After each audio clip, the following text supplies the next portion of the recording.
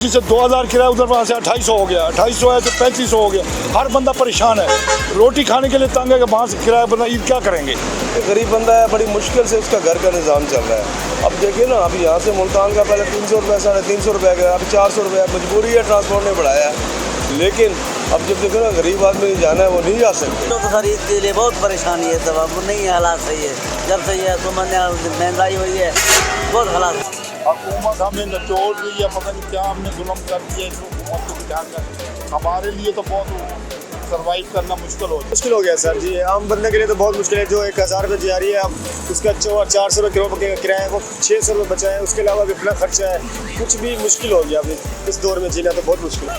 बहुत ही परेशान है, कभी झाड़ी लगती है, कभी लगती है। 400 रुपये किलो गैस है जी, 350 रुपये लीटर पेट्रोल दे रहे हैं। गरीब आदमी कहाँ जाए। आज बिल्कुल ईद उल फितर की आमद है। अभी चंद रोज़ ईद उल फितर को बाकी हैं। लोगों ने अपने आबाई शहरों का रुख करना शुरू कर दिया है। बड़ी तादाद में इस वक्त भी जो है बहावलपुर से जो है वो लोग मुख्तलिफ शहरों की तरफ, जो उनके आबाई गाँव हैं, उनकी तरफ सफ़र कर रहे हैं। लेकिन इस वक्त अगर बात की जाए तो पेट्रोल की कीमतों में इजाफे के बाद इस वक्त जो यहाँ पर किराए हैं उसमें भी नुमाया इजाफा जो है वो देखा गया, जिसकी वजह से आम आदमी जो है यहाँ पर परेशानी का शिकार है। मेरे साथ इस वक्त एक मुसाफिर मौजूद है, उनके साथ बात करते हैं। अस्सलाम वालेकुम जी। वालेकुम सलाम जी। कैसे हैं आप? ठीक है, अल्लाह का बड़ा एहसान है। मुझे ये बताइएगा, इस वक्त आप जो सफ़र कर रहे हैं तो यहाँ पे किरायों पे कोई इफेक्ट हुआ है? हाँ जी, बहुत फर्क पड़ा है। गरीब आदमी तो किराया भर नहीं सकता, ईद की खुशियाँ कैसे मनाएगा। हुकूमत को चाहिए डीजल कम करे और आवाम की कुछ रहम करे आवाम पर, और ये डीजल की कीमतें कम करें ताकि लोग ईद मना सकें। क्या लेवल है, मजदूरी है नहीं, बेचारे पढ़े लिखे लोग भी बेरोज़गार फिर रहे हैं, नौकरियां है नहीं, डीजल पेट्रोल इतना बढ़ गया, बिल इतने महंगे हो गए हैं कि ईद की खुशियाँ तो क्या इंसान रोटी खाने के यहाँ पे किरायों में कितने फ़ीसद तक इजाफा किया गया? ये 30% इजाफा कर दिया गया है। तो यहाँ पे जो आपकी एडमिनिस्ट्रेशन है, इंतज़ामिया है, वो कुछ नहीं कहती, कुछ भी नहीं कहती। उन्होंने बल्कि लिस्ट बना दिया भी किराया इतना बढ़ा दें। गरीब आवाम इतना प्रूफ नहीं कर सकती, इतना ना पैसे भर सकती है ना इतना गरीब। यानी कि जिसे 2000 किराया उधर वहाँ से 2800 हो गया, 2800 है तो 3500 हो गया। हर बंदा परेशान है, रोटी खाने के लिए तंग है कि वहाँ से किराया बंदा ईद क्या करेंगे। लोगों को बहुत परेशानी है। हुकूमत को चाहिए पेट्रोल की कीमतें कम करें ताकि लोग अच्छे से ईद मना सकें। जो किराए हैं उनमें यहाँ पर लोग कह रहे हैं कि इजाफा किया गया है। इस वक्त जो मीशी सूरत हाल है, पेट्रोल की कीमतें तो बढ़ी हैं, तो क्या कहना चाहेंगे सर? सर इसमें यही कहना चाहिए कि हुकूमत ने जो डीजल बढ़ाया है, ज़ाहिर है हमारी मजबूरी है, ट्रांसपोर्ट कोई भी है, ज़ाहिर है वो लॉस तो नहीं ना चाहता। वो यही चाहते हैं कि हमारा कोई ना कोई इनकम हो।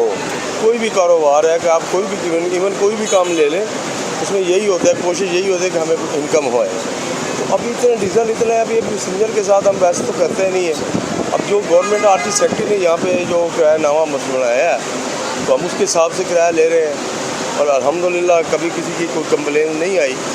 बाकी दूसरा किसी को हम कुछ कह नहीं सकते। मुझे ये बताएं कि इस किराया बढ़ने की वजह से सवारियों का जो एक रश है उसमें कोई कमी महसूस? जी बिल्कुल हुई है कमी।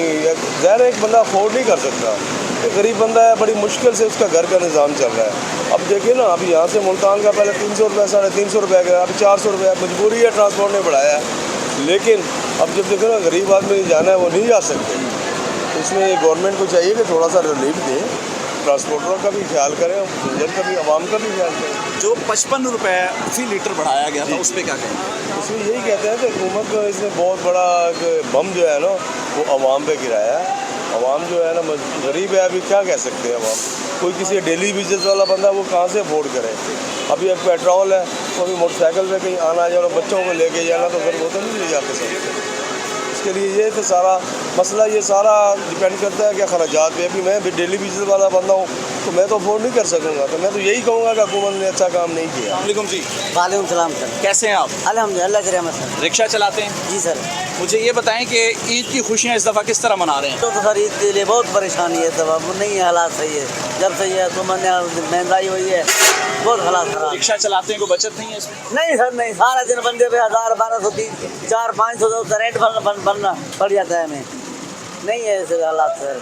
तो फिर इस ईद पे क्या करना है? बच्चों के लिए क्या तोहफे ऐसे अल्लाह की आस से पहले भी उसने निज़ाम बनाया, अभी वो बनाएगा। यहाँ पे ये बाकी बसों ने किराए महंगे किए हैं, आपने भी अपने किराए महंगे किए हैं? सर सवारी देती नहीं है किराया, जितना किराया मान लो उससे सवारी देती नहीं है।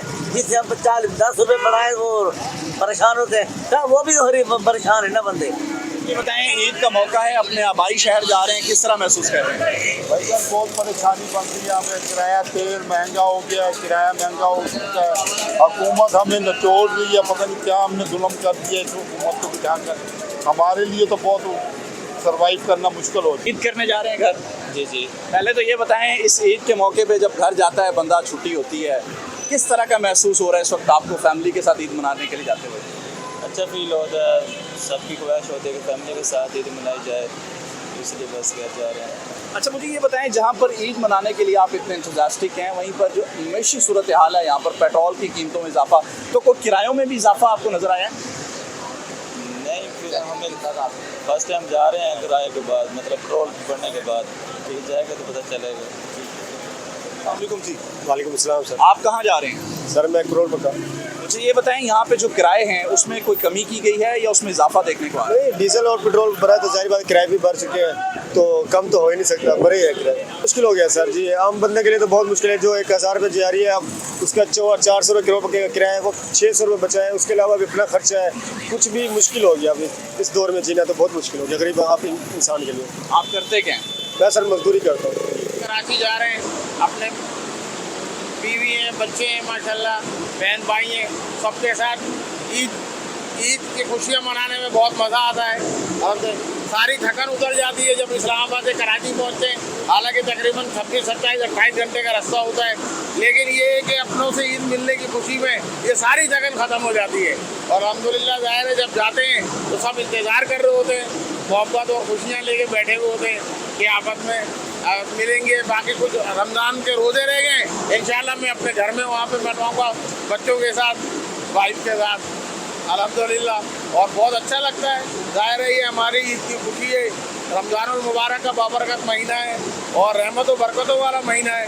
इसमें अल्लाह रब्बुल इज़्ज़त हमारी इबादत को, रोज़ों को, तिलावत को और जो जो अमाल हमने करे हैं, जो हमने तस्बीहात के, उसको कबूल व मंजूर फरमाए अपनी बारगाह में, और हमें बेहतरीन ईमान, बेहतरीन सेहत और अपना अल्लाह अपनी ज़ात का मोहताज बनाए। हमारी ये दुआ है अल्लाह रब्बुल इज़्ज़त से। अच्छी फीलिंग है भाईजान। महंगाई इतनी है कि मज़ा आ रहा है महंगाई में भी, लेकिन मरीम नवाज से ये गुजारिश है कि थोड़ी महंगाई थोड़ी कम करे, क्योंकि गरीब लोग ख़त्म हो रहे हैं, मतलब कि घर के रूटीन सब कुछ ख़राब हो रहे हैं उनकी महंगाई की वजह से। बहुत लोग परेशान हैं, लेकिन ईद का मौका है। हमारा बहुत मुश्किल गुजारा चल रहा है, गरीब आदमी बहुत परेशान है, बहुत ही परेशान है। कभी झाड़ी लगती है, कभी लगती है। 400 रुपये किलो गैस है, हैं जी, 350 रुपये लीटर पेट्रोल दे रहे हैं। गरीब आदमी कहाँ जाए? यार बाने करें, कम से कम महंगाई तो कम करें। महंगाई भी बहुत है, जो चीज़ कुछ ज़्यादा लेने के लिए बहुत महंगी है, तो हम गरीब आदमी तो बहुत परेशान है। तो हम जाके किसको कहें, जिसको कहें कोई बात नहीं सुनता। गरीब आदमी फिर कहाँ जाए? पेट्रोल मसनूआत की वजह से हम बहुत परेशान हैं। महंगाई बहुत हो गई है और दुआ करें अल्लाह ताला खैर करे। ये बड़ी खुशी हो गई उनसे मिलकर। अपनों के साथ ईद मनाने का अपना ही मज़ा है। ठीक है, वैसे तो मैं अपनी भाभी को छोड़ने जा रहा हूँ कराची में। ठीक है, हमारी भी ईद, हम क्रिश्चियन हैं। ठीक है, तो भाभी ने अपने मेके में ईद करनी है, इसलिए हम उनको छोड़ने के लिए जा रहा हूँ। बहुत अच्छे तरीके से अपनी बेटियों के साथ, बहुओं के साथ, मेरी बहुएँ मेरी बेटियाँ हैं, उनके साथ मनाऊँगी, अपने पोतों के साथ मनाऊँगी। और अपने घर जा रही हूँ, अपने बच्चों में जा रही हूँ। कराची में यहाँ अपनी बेटियों को मिलने आई थी, अब ये वापस जा रही हूँ। ये मेरी बेटी है, ये मेरे शोहर हैं, हम तीनों वापस जा रहे हैं। पर इस गाड़ी में अच्छा लग रहा है।